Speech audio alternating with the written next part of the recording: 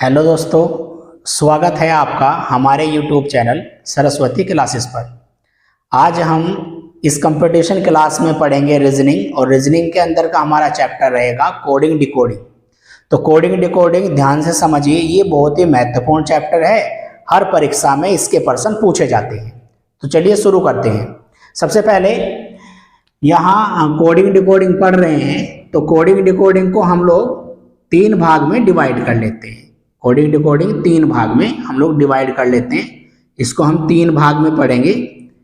तो पहला भाग, फिर उसके बाद दूसरा भाग, और फिर इसके बाद तीसरा भाग। कोडिंग डिकोडिंग जो चैप्टर होता है, अगर आप सभी भागों को एक साथ मिला करके पढ़ते हैं तो आपको समझने में समस्या होती है पेपर में। लेकिन अगर आप तीनों भाग अलग अलग करके पढ़ रहे हैं तो आपको फिर समस्या नहीं होगी बिल्कुल भी। तो चलिए शुरू करते हैं। सबसे पहले भाग एक की तरफ चलेंगे। भाग एक में सबसे पहला प्रश्न दिया है कि यदि किसी भाषा में ROSE को TQUG लिखें तो इसी भाषा में BISCUIT को क्या लिखेंगे। जो पेपर में जो हमारा प्रश्न आता है वो इसी भाषा में लिखा हुआ होगा, इसी तरह से लिखा हुआ होगा। इसको हल करने का तरीका ये होता है कि यहाँ लिखा है ROSE और इसके बराबर में TQUG लिखा हुआ है। तो सबसे पहले हम इसके नंबर नेम याद कर लेंगे, जैसे मैंने आपको पहले भी बताया है, और फिर उसके बाद नंबर नेम लिख करके सीरीज का पहले पता कर लेंगे। तो R का नंबर होता है 18, O का होता है 15, S 19 होता है, E होता है 5, T होता है 20, Q 17 होता है, U 21 होता है और G होता है 7। हम यहाँ पहले अक्षर से पहले अक्षर पे निशान लगाएंगे। तो यहाँ 18 के बाद 20 आया हुआ है, इसका मतलब दो जोड़े। 15 के बाद 17 आया है तो दो जोड़े हुए हैं। ऐसे ही 19 के बाद 21 आया है, दो जोड़े हैं। 5 के बाद 7 आया है, इसका मतलब दो जोड़े हुए हैं। इस सीरीज का पहले हमें पता करना होता है। पहले जो दो शब्द दिए जाएंगे हमें, उससे हमें सीरीज का पता करना है। फिर जो हमारे से पूछा गया है उसको हम लिख लेंगे। ये है BISCUIT और इस पे हम नंबर लिख लेंगे। B होता है 2, I 9 होता है, S 19, C 3, U 21 होता है, I होता है 9 और T होता है 20। जिस प्रकार की श्रृंखला हम पहले दो अक्षरों में ढूंढ लेते हैं, वही श्रृंखला हम यहाँ लगाते हैं। कि जैसे दो दो जोड़ा हुआ है सभी में, तो यहाँ पर भी दो दो जोड़ेंगे। तो 2 में हम 2 जोड़ेंगे, 4 पे आ गया D। I में 2 जोड़ेंगे यानी 9 में 2 जोड़ेंगे, 11 पे आ गया K। और 19 में 2 जोड़ेंगे, 21 पे आ गया हमारा U। 3 में 2 जोड़ेंगे, 5 पे आ गया E। और 21 में 2 जोड़ेंगे, 23 पे आ गया W।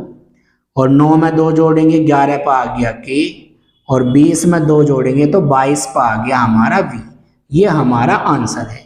ये हमें ऑप्शन में लिखा हुआ मिल जाएगा। तो सबसे पहले हमें करना क्या है इस चैप्टर में, ये इनके प्रश्नों में हमें शुरू के दो प्रश्न से पहले श्रृंखला को पहचान करना है कि जोड़ा गया है या घटाया गया है या क्या किया गया है। और उसी हिसाब से हम फिर आगे उसी जैसी श्रृंखला हमें प्राप्त होगी, उसी श्रृंखला को लगा करके हम आगे आंसर लिख देंगे। देखिए दूसरा प्रश्न इसमें दिया हुआ है कि यदि किसी भाषा में MIND को KGLB लिखें तो इसी भाषा में DAIGRAM को क्या लिखेंगे। तो इसमें MIND बराबर में है KGLB। तो इस पर हम नंबर नेम लिख लेते हैं।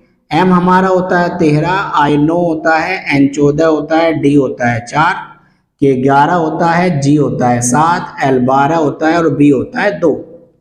तो हमने यहाँ पहले अक्षर से पहले अक्षर तक निशान लगा लिया। और यहाँ 13 के बाद 11 लिख रहा है, इसका मतलब 2 घटाया हुआ है। 9 के बाद 7 लिख रहा है, 2 घटाया हुआ है। 14 के बाद 12 है, 2 घटाया हुआ है। और 4 के बाद 2 लिख रहा है, इसका मतलब 2 घटाया हुआ है। इस श्रृंखला को हमें पहले पता करना होता है। जैसे श्रृंखला हमें पता लग जाएगा कि इसमें घटाया हुआ है, फिर अगला अक्षर हम लोग उसको लिख लेंगे। ये है DAIGRAM।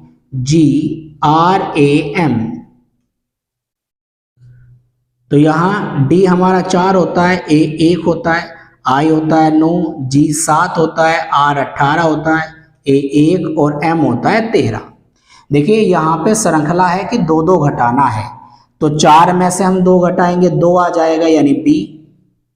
अब यहाँ 1 में से 2 कैसे घटाएं, तो क्या होता है कि अल्फाबेट के नंबर कुछ इस तरह से होते हैं कि जैसे जेड पर जाकर के खत्म हो जाते हैं, जेड होता है 26, तो जेड के बाद पुनः घूम करके ए आ जाता है, यानी जेड 26 हो गया तो ए फिर पुनः आ गया, तो इसका मतलब ए 27 है। तो आवश्यकता पड़ने पर हम ए का नंबर 1 भी ले सकते हैं और 27 भी ले सकते हैं अगर आवश्यकता मुझे पड़ेगी, क्योंकि यहाँ मुझे पड़ रही है 1 में से मैं 2 नहीं घटा सकता, तो 27 में से 2 घटाऊंगा तो 25, 25 पे आ गया वाई, 9 में से 2 घटाएंगे 7 पे आ गया जी, 18 में से 2 घटाएंगे 16 पे आ गया पी, 18 में से फिर 2 घटा सॉरी एक वही एक आ गया, तो इसका मतलब 27, 27 में से 2 घटाएंगे 25 पे वाई, और एम 13 में से 2 घटाएंगे 11 पे आ गया के। ये हमारा इसमें आंसर है। तो देखिए तीसरा प्रश्न इसमें दिया हुआ है भाग 1 में कि यदि किसी भाषा में DARM को BCPO लिखें तो इसी भाषा में ROSET को क्या लिखेंगे। तो सबसे पहले उसी हिसाब से हम लोग कर लेते हैं। यहाँ है DARM और इसके बराबर में है BCPO, तो नंबर नेम पहले डालने होते हैं, जैसे D4 A1 R18 M13 B2 C3 P16 और O15। तो यहाँ पहले अक्षर से पहले अक्षर तक हम निशान लगा लेते हैं। तो यहाँ 4 के बाद 2 लिखा हुआ है, इसका मतलब 2 घटाया गया है। फिर यहाँ 1 के बाद 3 लिखा है, इसका मतलब 2 जोड़ा गया है। फिर यहाँ 18 के बाद 16 है, 2 घटाया हुआ है, और यहाँ 13 के बाद 15 है, इसका मतलब 2 जोड़ा गया है। तो हमारी जो श्रृंखला है वो इस हिसाब से चल रही है कि एक बार घटाया गया है, फिर जोड़ा गया है, फिर घटाया गया है, फिर जोड़ा गया है। इसी हिसाब से हमें जो लिखा हुआ है उसका आंसर देना है, और ये है आगे ROSET। नंबर नेम इस पर लिख लेते हैं। R 18 होता है, O होता है 15, S 19 होता है, E 5, T होता है 20। तो यहाँ शुरुआत उसी से करनी है जो शुरुआत से दिया गया हो। जैसे पहले 2 घटाया गया है तो पहले हम लोग 2 घटाएंगे, 18 में से 2 घटाएंगे 16 पे आ जाएगा P, 15 में फिर हम 2 जोड़ेंगे तो 17 पे आ जाएगा Q, और यहाँ 19 में से 2 घटाएंगे तो 17 पे आ गया फिर Q, 5 में फिर हम 2 जोड़ेंगे तो 7 पे आ गया G, और जैसे लास्ट में हमने जोड़ा है तो फिर घटाया, यानी 20 में से 2 घटाएंगे 18 पे आ गया R। अपनी श्रृंखला हमें इसी हिसाब से लगातार चलानी रहती है, चाहे अक्षर 4 दिए हों या 5। श्रृंखला जो हमें पहले से मिल जाती है पहले अक्षर से, उसी श्रृंखला को हमें यहाँ पे चलाना होता है। ठीक है, अब चलते हैं इसके।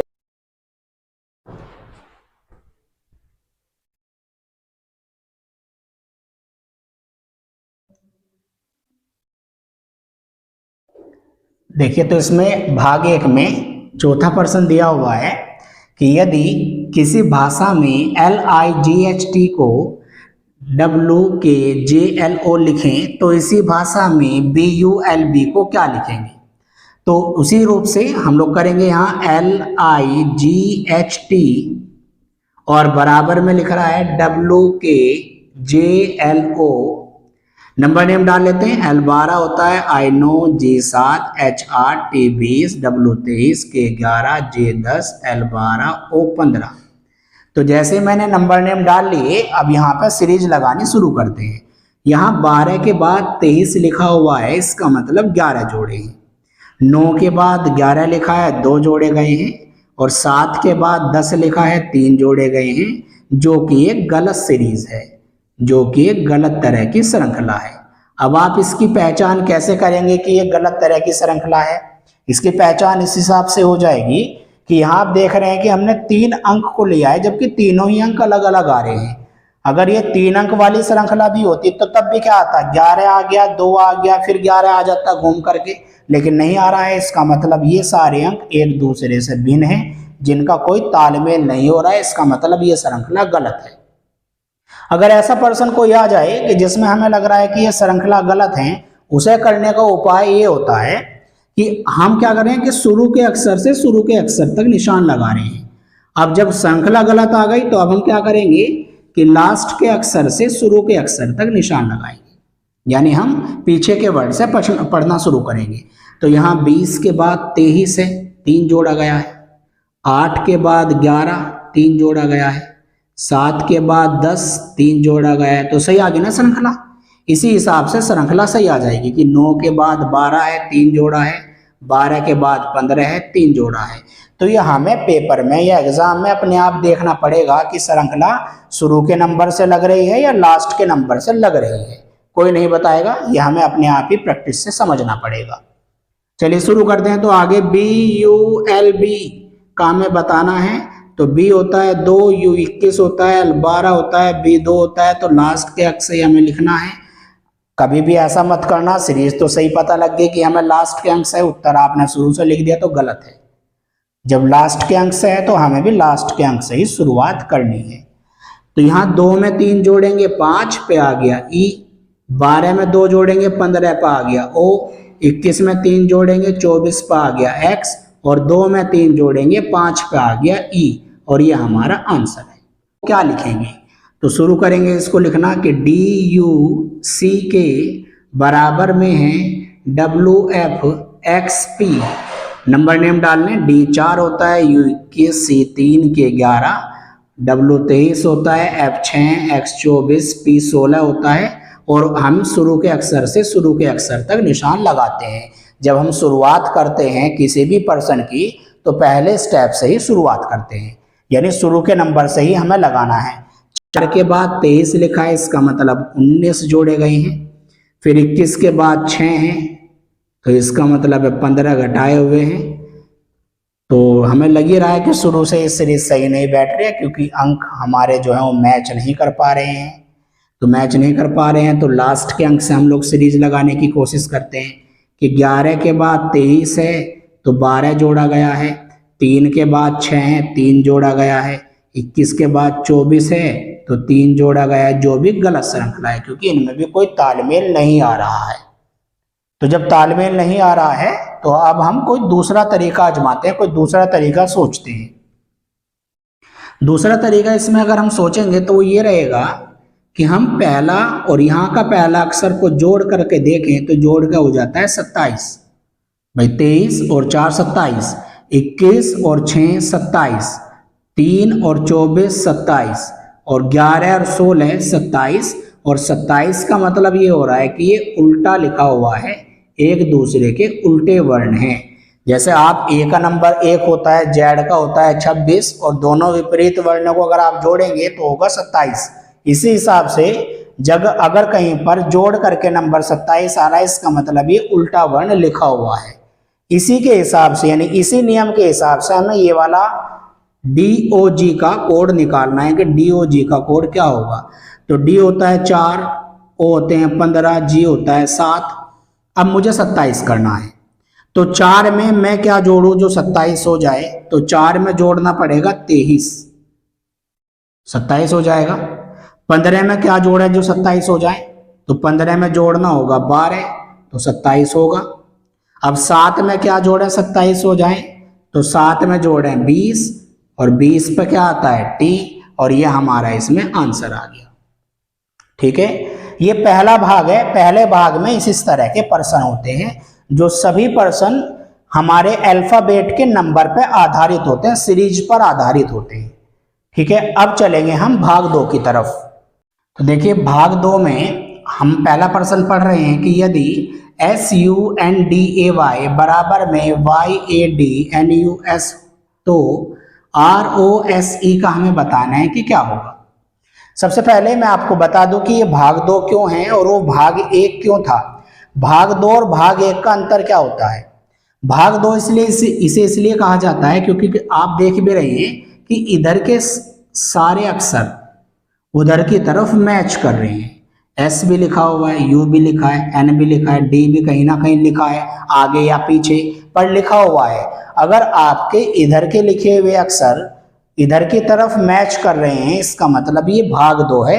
और भाग 2 में कभी भी नंबर नेम नहीं लिखे जाते, इसमें अक्षरों का ही बदलाव किया जाता है, अक्षरों का स्थानांतरण किया जाता है, अक्षर ही परिवर्तित किए जाते हैं। वो हमें देखना होगा कि किस रूप से परिवर्तित हैं।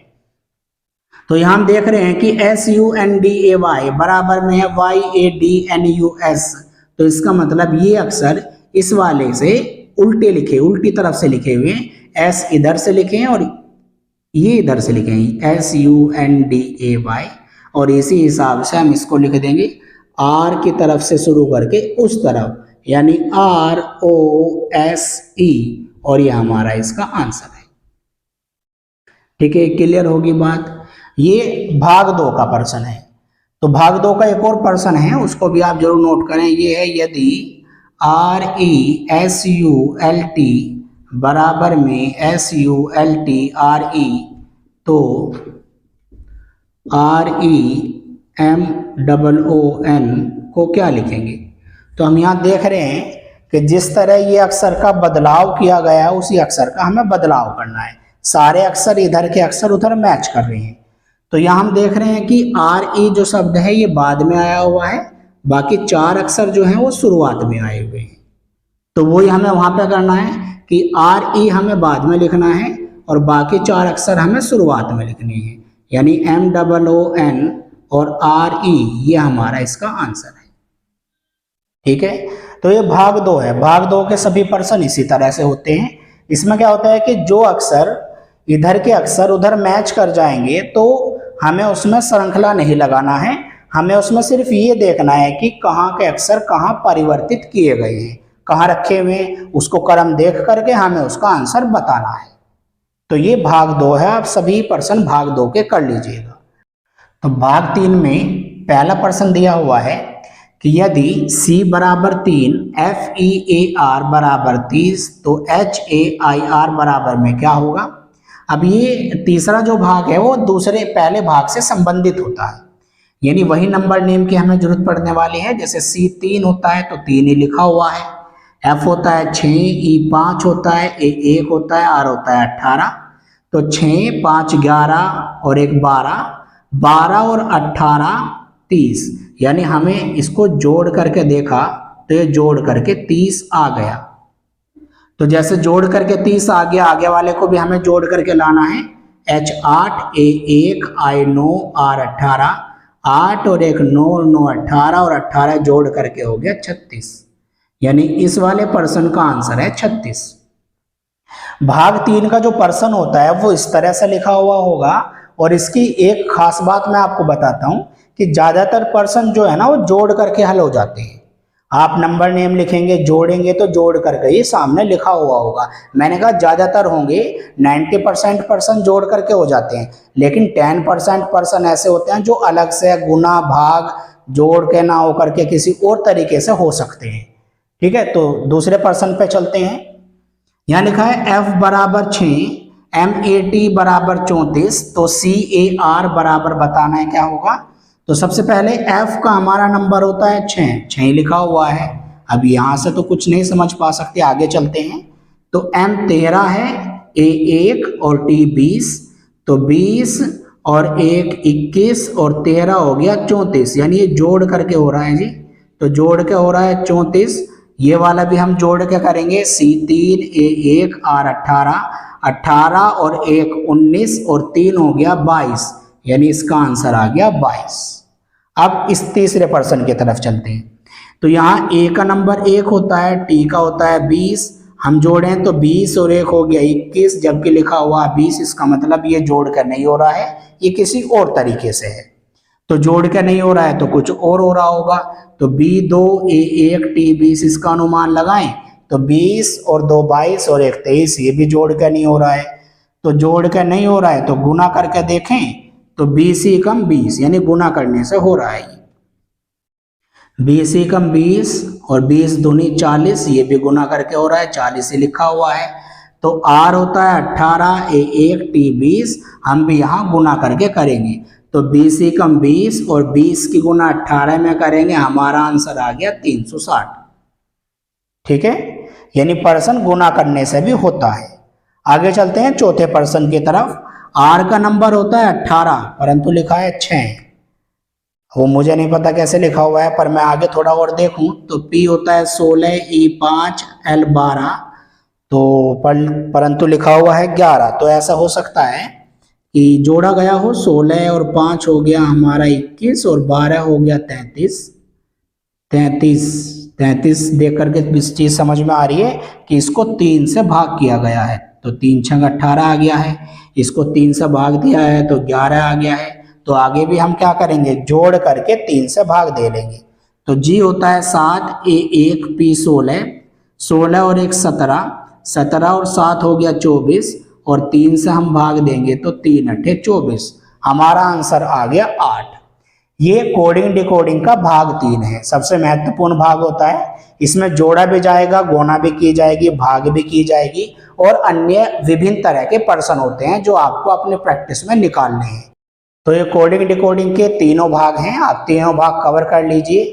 पहले भाग, दूसरे भाग और तीसरे भाग में यदि आपको कोई समस्या रहती है किसी क्वेश्चन में तो आप वो मुझे कमेंट कर सकते हैं, मैं उसका हल आपको जरूर दूंगा, और अगले सेशन में मैं उन्हीं क्वेश्चनों को हल करूंगा जो आप मुझे कमेंट करके बताएंगे।